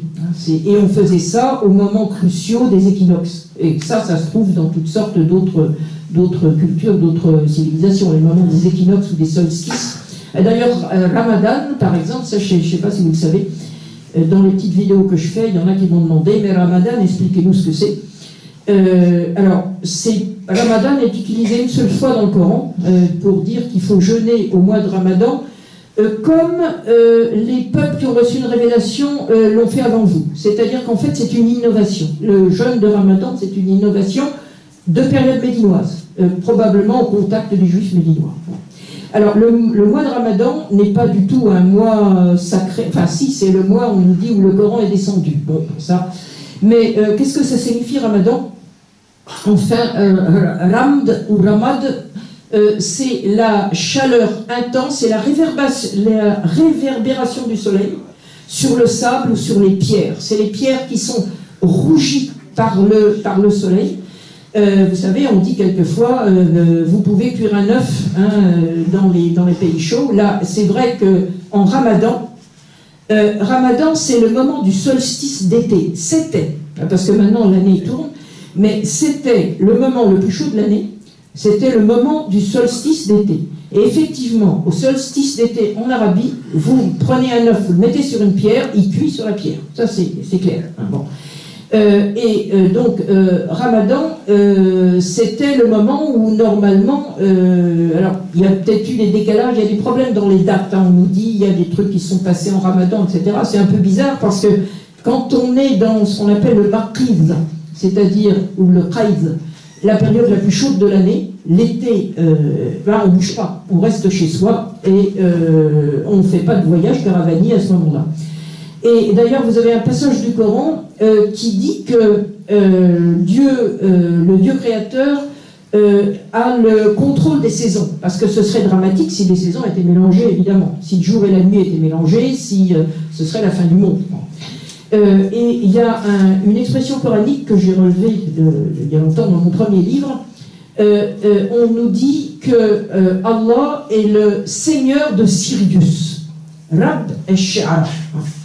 Alors, mes chers collègues, on dit, ben voilà, il y avait une adoration de Sirius, mais ils n'ont pas cherché pourquoi. Ils ne se sont pas rendus compte que Sirius, Sirius Shara est situé dans la constellation du Grand Chien. Et ça vous dit rien, la constellation du Grand Chien? Ben, c'est la canicule. Donc, en fait, c'est l'étoile de la canicule. Et quand dans le Coran, on nous dit que le Créateur est le Seigneur de Sirius, c'est-à-dire qu'il contrôle la canicule et il fait en sorte, elle arrive bien sûr, mais qu'elle ne dure pas. Et vous avez d'ailleurs un proverbe arabe qui dit quand Sirius a disparu à l'horizon occidental, et que, quand Sirius, Sirius s'est couché, et qu'apparaît à l'horizon, à l'ouest, c'est ça, et que Suhail, Canop, est apparu le matin, vous pouvez abandonner les points d'eau. Ça, c'est un proverbe bédouin. Dernière question avant de passer la parole au public. Est-ce que Mohammed a connu le mot djihad? Bien sûr. Le mot djihad, c'est pas du tout religieux. Le mot djihad, c'est une pratique tribale. On était dans une société, la société tribale, c'est une société sans appareil étatique. Il n'y a pas de tribunaux, il n'y a pas de police. Chaque chef de famille est maître chez lui, chaque chef de clan est maître de son clan. Donc, il n'y a pas de dogmatisme, on ne vous impose pas ce que vous ne voulez pas faire. Donc, quand on veut monter une expédition, alors la razzia, c'est une expédition permise quand on n'est pas allié avec quelqu'un. C'est-à-dire que vous pouvez aller piquer les chameaux de quelqu'un avec qui vous n'avez pas d'alliance, à condition de ne pas vous faire prendre, si possible, donc la ruse, et si possible en évitant de tuer. La violence est régulée, parce que si vous tuez, la loi du talion s'applique. Et donc, vous avez plus à perdre en tuant qu'en ne tuant pas. Donc soyez malins, piquez les chameaux, mais ne vous faites pas prendre. Bon. Donc, quand on voulait monter une expédition, alors Mohammed c'était plutôt des expéditions politiques, puisqu'il voulait impressionner son ancienne tribu, non pas pour la massacrer, mais pour la rallier. Et il a fini par y réussir. Donc politiquement, c'est un grand homme politique tribal, Mohammed, ça c'est clair. Bon. Donc quand il voulait monter une expédition, qu'est-ce qu'il fallait? Il fallait demander aux gens, est-ce que vous voulez venir? Et le djihad, c'est quoi? C'est est-ce que vous venez avec moi? C'est l'appel à l'engagement. Je vais monter tel truc, est-ce que vous venez? Et vous avez même un passage du Coran où il veut monter une fois une expédition lointaine. Et puis il y a des gens qui sont ses alliés depuis longtemps qui disent non, c'est trop loin, on n'y va pas. Et vous avez un passage du Coran sur ces trois, c'est les trois qui sont restés en arrière. C'est dans le Coran. Et là, on voit bien qu'on n'est pas obligé d'aller dans une expédition qui est montée. Si on a intérêt, on y va, et si on n'a pas intérêt, on n'y va pas. Et c'était notamment le cas des nomades, ceux que le Coran appelle les Arabes. Parce que Mohammed, c'était un sédentaire. Les Médinois, c'était des sédentaires.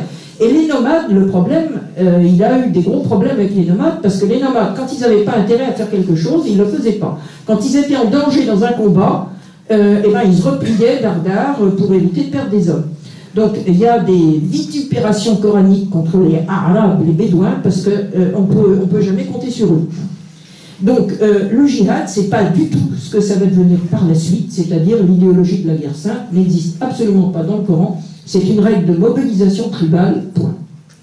Merci beaucoup.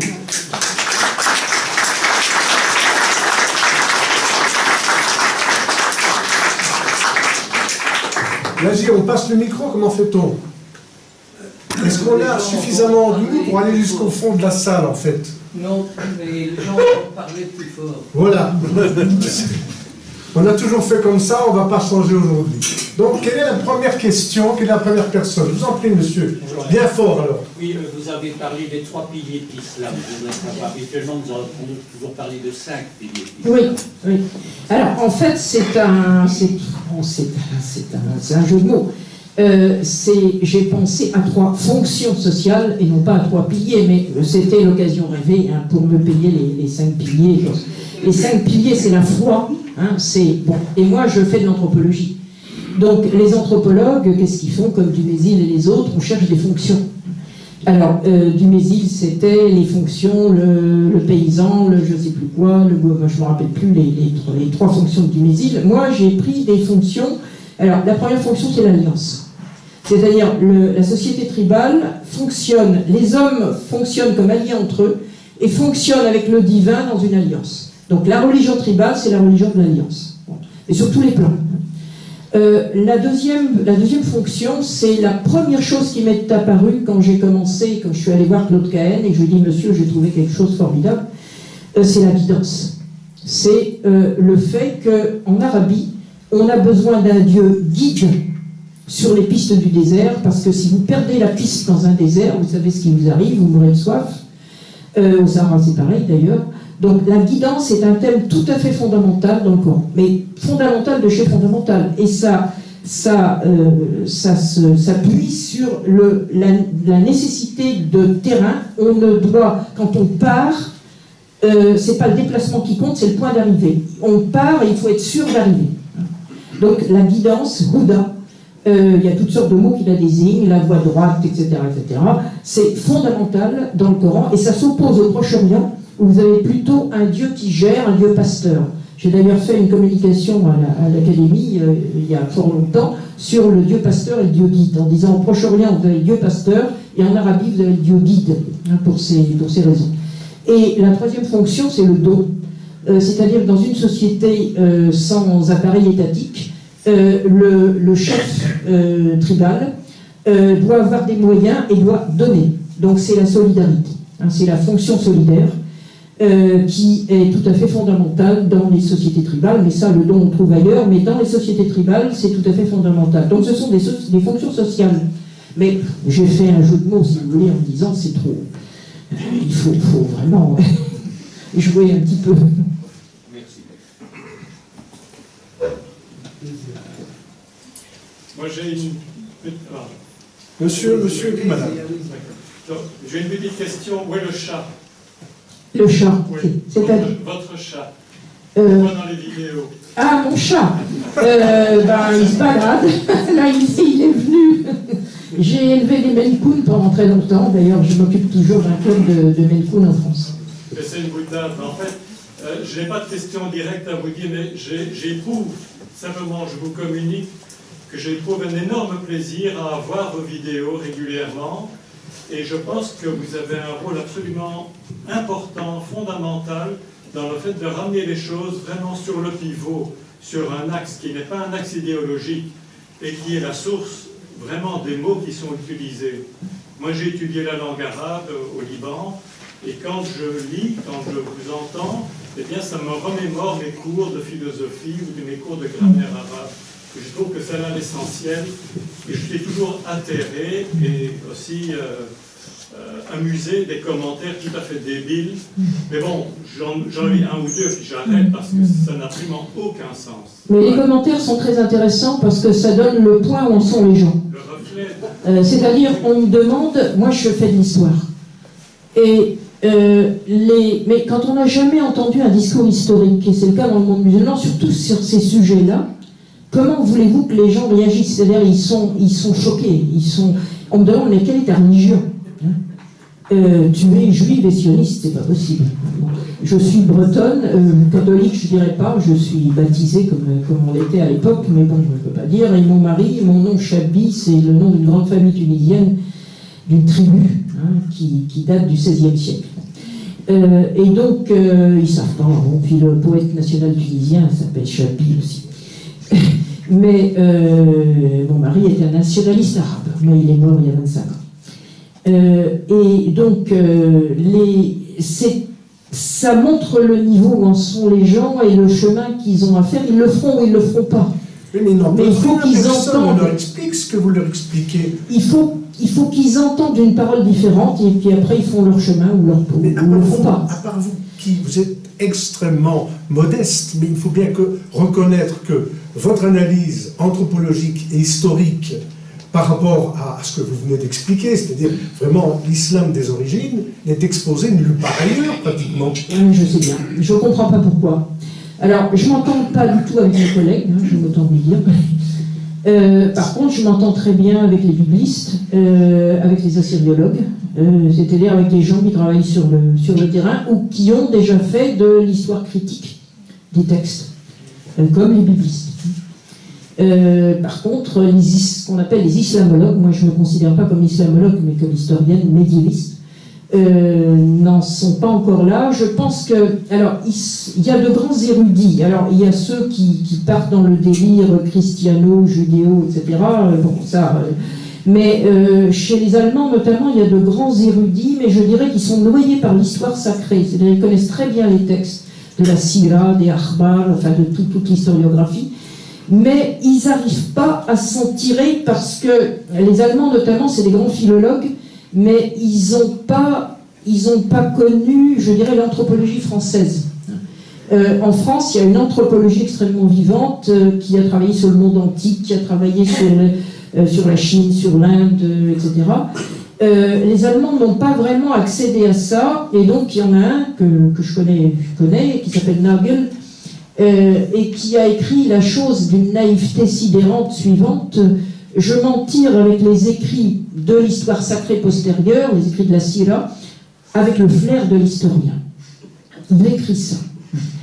C'est pas le flair de l'historien qu'il faut mettre en jeu, c'est la démarche anthropologique, l'anthropologie historique. Mais ça, il n'a pas compris. Alors qu'il connaît parfaitement les textes et qu'il pourrait, s'il avait cette hypothèse, cette voie anthropologique, il pourrait trouver des choses, parce qu'il connaît parfaitement les textes. Donc l'orientalisme, alors l'orientalisme de mes maîtres, c'était un orientalisme du 19e siècle. Blacher, Pella et les autres, et Laous, c'était, je dirais, souvent c'était des coloniaux, c'était des gens qui avaient vécu au Maghreb, etc., et qui n'étaient pas du tout ouverts aux sciences sociales. C'est le déficit de sciences sociales dans les études islamologiques, c'est une véritable catastrophe. Il y a de bons spécialistes des sciences sociales pour le monde arabe moderne, mais c'est comme s'il y avait un blocage psychologique sur la période des origines. Et ça, c'est absolument dramatique, parce que c'est vraiment aujourd'hui où on aurait besoin de mettre les musulmans du présent, et nous aussi, parce que nous aussi on fantasme sur l'islam, eh bien de les mettre face à leur responsabilité d'homme du présent, en disant qu'on ne fait pas revivre le passé, qu'il faut comprendre le passé pour ce qu'il a été, et non pas pour ce qu'on imagine qu'il a été à travers le fantasme. Donc les salafistes ont tout faux alors. Les salafismes, c'est une idéologie contemporaine qui manipule le passé, Et le problème, c'est qu'en face des salafistes, on n'a rien à mettre en face. C'est-à-dire l'histoire critique n'est pas là, dans les pays musulmans, elle n'est pas là. Alors, les Marocains essayent en ce moment de faire des choses. Ça commence un petit peu. Les Tunisiens aussi, mais bon, j'ai été à un colloque à Tunis il y a 2 ans. Il y a à la fois les élèves de Caen que je connais bien, les historiens classiques, mais les gens de la Zitouna, etc., c'est vraiment pas terrible. Mais ici aussi, l'histoire critique de la première période n'est pas écrite. C'est ça le problème. Monsieur. Merci beaucoup. D'abord, je vous remercie pour cette présentation à la fois vivante et très claire. Je voudrais moi-même, je suis anthropologue, je voudrais peut-être vous demander quelques précisions sur 2 ou 3 points, si vous voulez bien. Je ne veux pas être... Alors on va prendre un, parce qu'il y a beaucoup de questions. Un point. Et on viendra aux 2 autres après. On va faire avec vous comme Mme Chabi a fait avec les piliers, si je puis dire. Alors, le premier point, c'est un point de précision par rapport au terrain, puisque c'est fondamental pour appréhender cette société tribale qui est finalement au fondement de ce qui va devenir la religion, ce qui va devenir l'islam. Donc, quelles sont vos sources? Les anthropologues, d'habitude, ils vont sur le terrain, ils interrogent, l'anthropologie contemporaine. Oui, donc, moi, c'est l'anthropologie historique. Hein. Oui. Alors, Vernon travaille sur la oui. Tout à fait. Bon. Voilà. Alors, travaille sur la langue. Bon. Oui, travaille à fond sur la langue, alors surtout pas en traduction. Hein. Bon. Donc, travaille sur la langue, le sens des mots par rapport au terrain, première chose. Deuxième chose, la chance qu'on a, c'est que jusqu'au pétrole, la société de l'Arabie aride avait très peu bougé. Il y a les voyageurs du 19e, fin 19e, début 20e. Le plus récent, c'était Seeger, qui a traversé le grand désert du Sud dans les années après la Seconde Guerre mondiale, où on a des témoignages de terrain, quasiment d'ethnologues. Et quand on compare les textes anciens, alors les textes anciens, je prends par exemple un grand dictionnaire lexicologique. Qu'est-ce que je cherche dans le dictionnaire? Il y a les passages musulmans, machin, Coran, etc. Et puis vous avez des notations de terrain. Et ces notations de terrain, il faut tomber dessus, c'est-à-dire il faut les chercher. Il faut chercher tout ce qui est la culture matérielle. Et à travers les usages de la langue est comme une archive dans ce cas-là, dans une société qui avait très peu bougé. Alors, les sociologues d'aujourd'hui poussent des hauts cris en disant « mais vous n'y avez pas été, etc. etc. » Mais avec cette photographie d'une société qui avait très très peu évolué, notamment chez les nomades, et jusqu'au milieu du XXe siècle. Mais on a vous avez le grand ouvrage de Doughty, Travels in Arabia Deserta, Voyage dans l'Arabie déserte, fin 19e. Vous avez Laurence d'Arabie qui le reprend d'ailleurs. Vous avez tous ces voyageurs qui sont allés en Arabie et qui vous donnent des notations absolument extraordinaires. Et le travail sur les sources anciennes, en cherchant tous les éléments matériels, vous arrivez à mettre sur pied des hypothèses anthropologiques. Si quelqu'un me dit que je me suis trompé sur telle chose, ben, je reconnais. S'il m'apporte des éléments contraires à ceux que et vous avez aussi donc cette stabilité de la société, vous avez cette climatologie très particulière, alors qu'on n'a quasiment pas d'inscription, on n'a pas d'archives. Donc vous avez le paysage. Hein. Il faut travailler sur le paysage, et le paysage qui conditionne le mode de vie. Et donc, avec ces éléments, on arrive à dire des choses jusqu'à un certain point. Mais il y a aussi des fouilles archéologiques qui sont... Alors, il y a les fouilles archéologiques, qu'est-ce que ça va donner sur le mode de vie? Les fouilles archéologiques en Arabie, vous avez les Nabatéens, bon, vous avez les fouilles du Yémen, mais ça c'est la période avant. Le Yémen, c'est pas l'Arabie, enfin, c'est une zone de tribu, mais étant donné que c'est une zone où il y a une pluviosité régulière, le Yémen est à mettre à part. Hein. Donc, les fouilles archéologiques, les nomades, qu'est-ce qu'ils ont laissé? C'était les gens du bon discours, ils n'ont pas laissé d'écrit. Il y a quelques inscriptions, là, ce territoire est à moi, malheur à celui qui passera, enfin, c'est quelques inscriptions lapidaires, ou alors des inscriptions monothéistes du Yémen. En dehors de ça, vous n'avez rien. Donc vous avez le type de société, le fonctionnement de la société, et avec ça, c'est tout ce qu'on a comme élément. Madame. Oui, moi j'ai lu votre livre, Les trois piliers de l'islam, ça m'a vraiment beaucoup intéressée. Et alors j'essaie de lire le Coran en arabe. Je voudrais savoir si vous pouvez recommander des exégèses contemporaines à la lumière, donc de l'anthropologie, de l'islam. Le seul, c'est pas un exégète, le seul traducteur, à mon avis, qui fait un travail utile, c'est Paré en allemand. Rudi Paré. Parce qu'il traduit, et c'est un philologue. C'est pas, je l'ai connu, Paré, c'était un homme rigide, etc. Mais l'anthropologie, il savait pas ce que c'était. Mais il faisait très attention aux mots. Il transformait pas comme les traducteurs français. Et à côté de son livre, il y a ce qu'il appelle le commentaire, c'est-à-dire c'est un livre, c'est pas du commentaire, c'est-à-dire qu'il prend, il y a un verset et il cherche tous les versets apparentés. C'est-à-dire il vous donne, bon là vous avez, puis il vous donne toute une bibliographie, mais il rapproche les passages. Pour comprendre quelque chose au Coran, il faut constituer des corpus thématiques, parce que le Coran il va dans tous les sens. Et donc vous prenez un thème et vous devez chercher tous les thèmes et faire un corpus. Et à partir de là, vous pouvez commencer à raisonner, en disant qu'est-ce qui paraît ancien, qu'est-ce qui paraît évolutif, qu'est-ce qui, là, c'est trop musulman, ça, ce truc-là, ça a l'air d'être une interpolation, quelque chose ajouté au moment de la rédaction. Alors, la mise par écrit du Coran, très vraisemblablement, c'est l'époque omeyyade. Alors, pourquoi je dis ça? Parce qu'il y a un interdit anthropologique de l'écriture dans le Coran, qui s'adresse aux Juifs. Donc, quand Mohammed est à Médine, il y a les rabbins qui sont là, évidemment, qui lui réonnaient. Les rabbins, ils ont des rouleaux écrits. Il y a une allusion coranique aux âmes qui transportent les rouleaux des Juifs, les asfar. Étant donné que les Juifs n'adhèrent pas aux idées de Mohammed, il y a une malédiction contre eux qui dit la chose suivante: malheur à ceux qui écrivent de leurs mains le livre surnaturel, le kitab, qui est le livre surnaturel, c'est pas un livre humain, et qui disent que cela vient de Dieu. Donc le simple fait d'écrire de sa main constitue, je dirais, une altération du livre surnaturel. Donc je suis absolument persuadé qu'il n'y a pas eu d'écrit. Les musulmans d'après, qui sont entrés dans un cycle d'écriture, s'imaginent que ce qu'on appelle les compagnons, terme qui n'est pas coranique, se précipitaient sur tous les supports possibles et imaginables, une omoplate de chameau, un truc de palmier, sauf qu'il n'y avait pas de palmier à la Mecque, c'est pas grave, et ils écrivaient tout de suite la révélation qui tombait du ciel. Bon. Ça, c'est de la représentation postérieure. La mise par écrit du Coran, très probablement, je dirais que c'est une nécessité idéologique et politique omeyyade. Quand les Omeyyades sont à Damas, et que Jérusalem à l'époque est une ville chrétienne, uniquement chrétienne, puisque les Juifs ont été mis dehors par des Romains, notamment, et les Byzantins ne les ont pas fait rentrer. Ensuite, donc c'est une ville chrétienne, et les Omeyyades, à la fin du 7e siècle, construisent le dôme du rocher.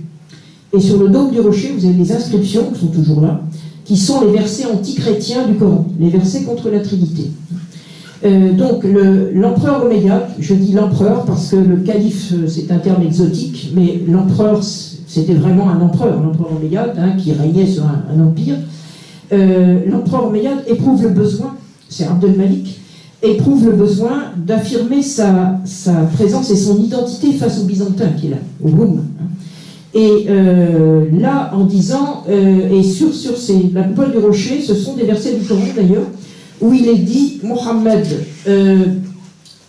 serviteur d'Allah, messager d'Allah, vous avez ça sur 5 côtés, des 8 côtés de l'octogone de la coupole, et à l'intérieur, vous avez Jésus, serviteur d'Allah, messager d'Allah.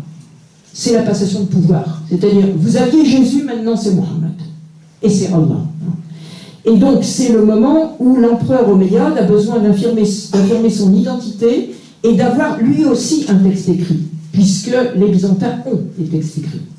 Donc là, je dirais qu'il y a une nécessité idéologique, politique, impériale pour avoir un texte écrit du Coran.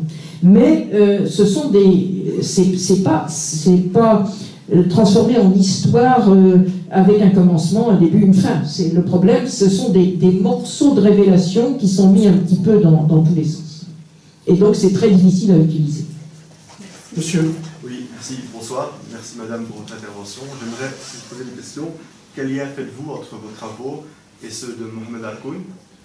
J'ai très bien connu Mohamed Harkoun, je l'ai connu quand à sa première année d'université, qui était moi ma première année de licence. Donc je l'ai connu tout le temps.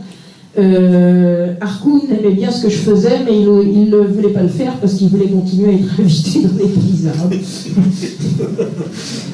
Il nous a toujours fascinés avec l'anthropologie. Il faut faire de l'anthropologie, il faut faire de l'anthropologie. Je dirais qu'il ne l'a pas fait vraiment, mais que bon, il n'a pas été mon maître. Hein, il a été plutôt il était assistant à l'époque. Hein, donc le seul maître il y en a deux que je revendique.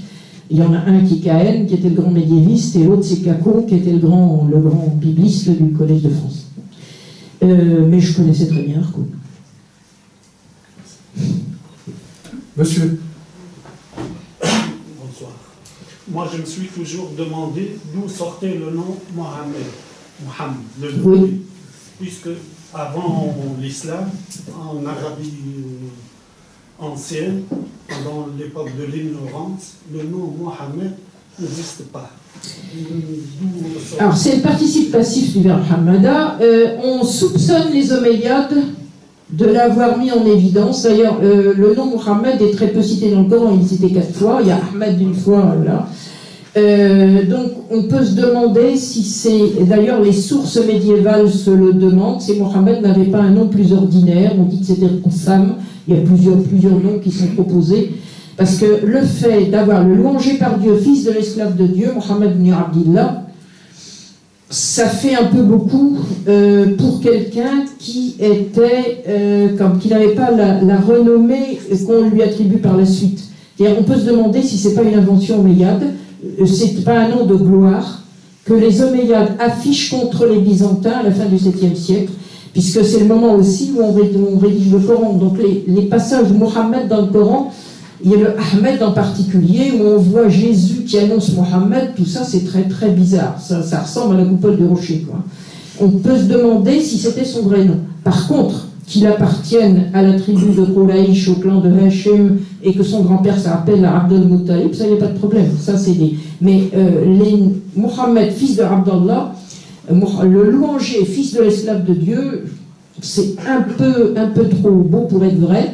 Ça n'enlève rien à sa stature, hein. C'est quelqu'un qui a réussi, hein. Ça c'est clair. Il a d'abord échoué dans sa tribu, il a réussi politiquement après, et il a été suivi. Le grand miracle, si vous voulez, il y a 2 miracles qui ont fait que l'islam existe. Après que la Mecque se soit ralliée à Médine, qui était un compromis politique, les Bédouins du coin se sont lancés dans une attaque, c'est la bataille de Hunayn.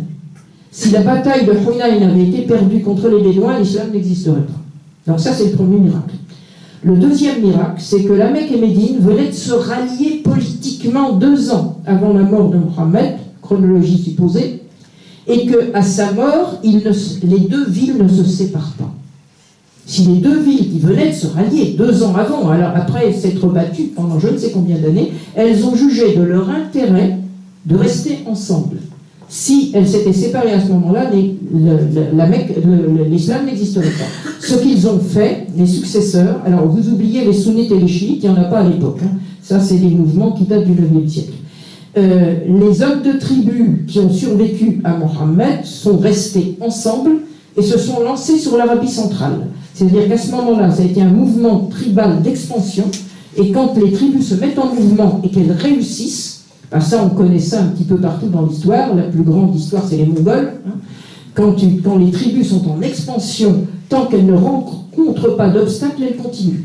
Donc là, la réussite de l'expansion tribale a fait que l'islam a existé. Il n'y a pas d'autres questions, sinon monsieur veut reposer une deuxième. J'ai rien contre vous, hein, monsieur. Monsieur, je vous en prie. Il y a un candidat encore là derrière. Monsieur, je vous en prie. Marx a écrit que le Coran est le cri du Fenna des villes. Quel est votre commentaire sur cette... Le Fenna des villes, déjà il faudrait qu'il y ait des Fenna en Arabie. Donc je crois qu'il n'était pas très au courant, Marx, hein, sur le sujet. Bon, c'est comme Lévi-Strauss qui ne comprenait rien à l'islam, hein. Bon, on n'est pas compétent partout.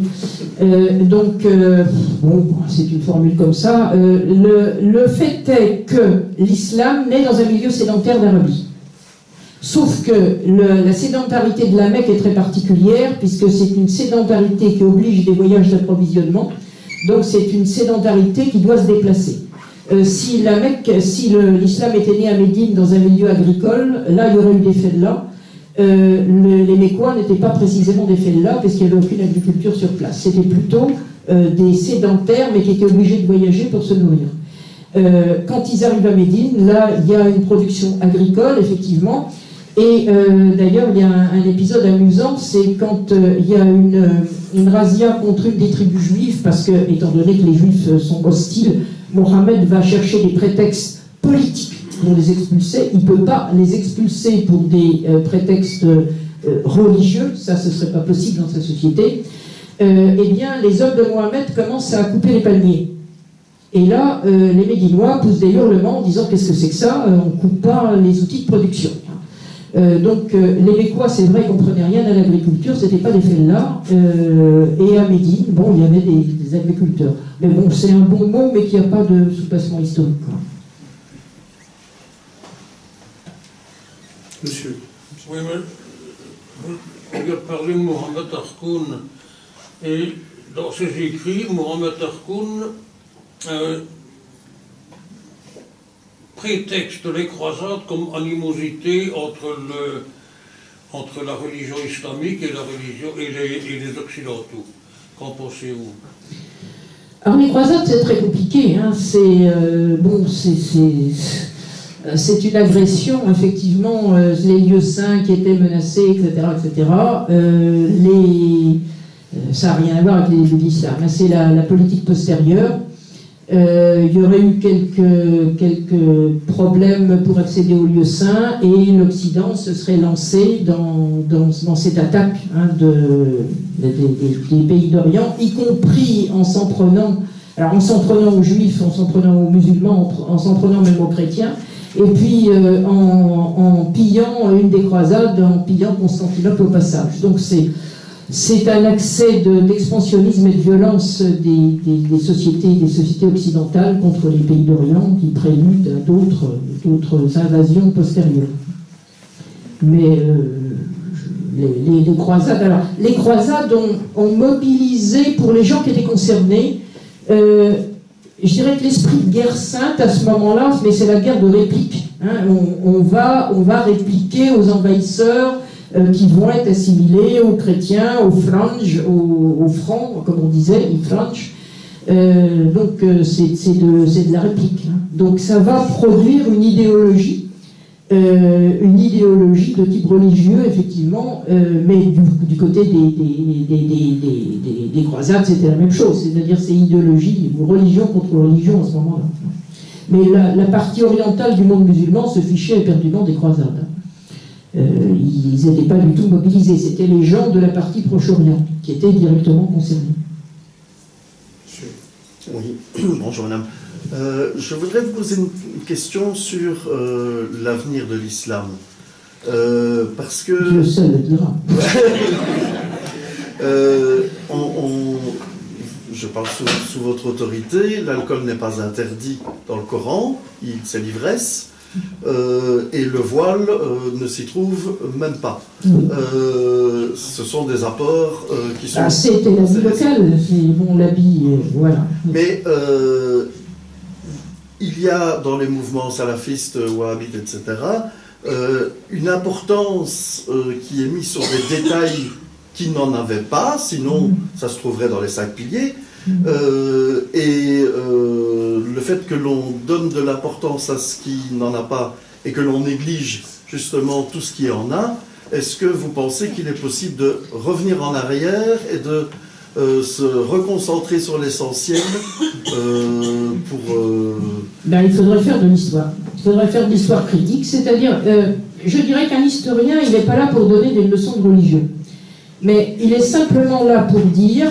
Les hommes du passé, ils ont cru comme ça, ils ont vécu comme ça. Il faut que les gens soient informés et en se disant, les hommes du passé, c'est pas vous, vous n'êtes pas les petits-fils de Mohammed. Vous êtes des hommes du présent, et ne croyez pas trouver des légitimités dans le passé, soyez responsables en vivant votre foi comme vous le voulez, mais l'historien vous dit, les hommes du passé, c'était ça. Et peut-être qu'à ce moment-là, si quelque part on trouvait ce ça qui manque, le corpus critique n'est pas là. Et le problème, c'est ça. Donc les salafistes, ils ont beau jeu. Ils racontent aux gens ce qu'ils veulent. Alors les wahhabites, c'est une catastrophe. Alors les wahhabites, c'était un mouvement complètement sectaire et rejeté au milieu du XVIIIe siècle. Ils étaient rejetés par les sunnites eux-mêmes. Le premier Séoud qui a été capturé par le calife d'Égypte, il a été pendu exposé à Constantinople.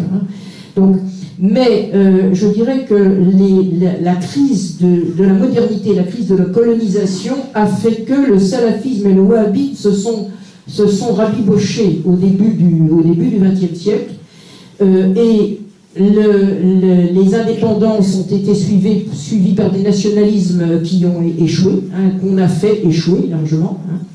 Et donc, qu'est-ce qu'on a maintenant? On a cette recherche de justification dans le passé, et je dirais que le monde musulman ne comprend pas ce qui lui arrive, parce que le monde musulman, les empires musulmans, l'empire ottoman a été une puissance mondiale. Et puis, il y a la modernité occidentale qui est arrivée, la colonisation, etc. Ils ne comprennent pas ce qui arrive. Donc, il n'y a pas eu de lecture critique du passé. Ce qui a été fait dans le christianisme, dans le judaïsme, sur la lecture critique des textes sacrés, n'a pas été fait dans le monde musulman. Et ça, on ne peut pas se mettre à la place du monde musulman. On peut simplement, là où on est, essayer de dire des choses historiques. Et après... Madame. Bonsoir. Tout d'abord, merci beaucoup pour votre présence ici. Et, voilà, j'ai un petit peu regardé vos vidéos. Et j'en discutais avec un collègue. Et quand vous prenez la racine des mots, les traductions de ces racines se font sur base de quelle source? Alors, c'est de la lexicologie, c'est-à-dire que c'est toujours la même chose, on prend un mot et on cherche le sens de terrain. Quel sens matériel ce mot avait? Par exemple, je me rappelle que, avec mes étudiants, on travaillait sur le mot umma, et puis je cherche dans la racine amma, dans le Coran, bon, il y a l'idée de guidance, et je trouve un truc extraordinaire, Jamal mi-am, le chameau imam. Donc un chameau et un imam, qu'est-ce que ça a à voir? Bon, ça veut dire simplement celui qui est en tête, celui qui guide. Donc vous cherchez dans les ouvrages de lexicographie les sens qui renvoient à la culture matérielle. Et à ce moment-là, vous pouvez poser des hypothèses de terrain, des hypothèses anthropologiques et voir dans la société tribale ce que ça pouvait signifier. C'est comme ça qu'on travaille. Et ces sources, les sources, c'est les dictionnaires, les ouvrages médiévaux de lexicologie. Datent de plus ou moins. On peut prendre... il faut chercher le sens de terrain. Le sens de terrain, c'est un proverbe, c'est un vers. Je travaille souvent, parce que je n'ai pas le temps d'aller voir ailleurs, je travaille sur le lisan al-arab. L'autre jour, il y a quelqu'un qui me dit oui, et dit à propos de Wahi, dans le Coran, il n'y a pas de tonnerre, l'inspiration, je dis, c'est la voix comme le tonnerre. Et il a mal lu, parce que dans le lisan al-arab, dans ce dictionnaire du XIIe siècle, effectivement, le wahi, c'est-à-dire l'inspiration, c'est une écoute comme le bruit assourdi du tonnerre. C'est dans cet ouvrage de lexicographie. Donc il me dit non, c'est faux, je suis désolé, ça y est.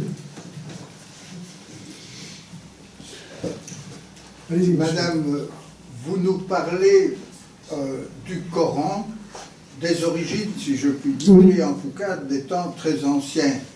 Vous vous basez certainement sur des textes écrits. Je voudrais vous demander, vers quelle époque avez-vous des textes sans doute successifs et sans doute qui évoluent?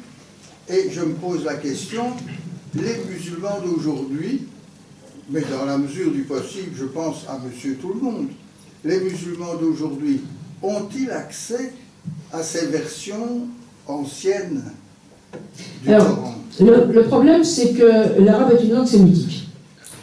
Les langues sémitiques, grammaticalement, évoluent peu. C'est-à-dire que des jeunes gens d'aujourd'hui qui apprennent à lire en arabe peuvent tout à fait lire le Coran. Grammaticalement, il n'y a pas de problème. Alors, ils s'imaginent qu'ils comprennent. Ce dont ils ne se rendent pas compte, c'est qu'ils comprennent avec ce qu'ils ont déjà dans la tête. Et qu'ils projettent sur le Coran le sens qu'ils ont dans la tête. Alors, il y a ceux qui lisent en traduction. Alors, les traductions, n'en parlons pas. Il y a tous les problèmes de la terre, c'est pas... Mais même quand vous êtes arabe, que vous lisez en arabe, si vous n'avez pas les connaissances historiques ou anthropologiques suffisantes, vous mettez dans le Coran ce que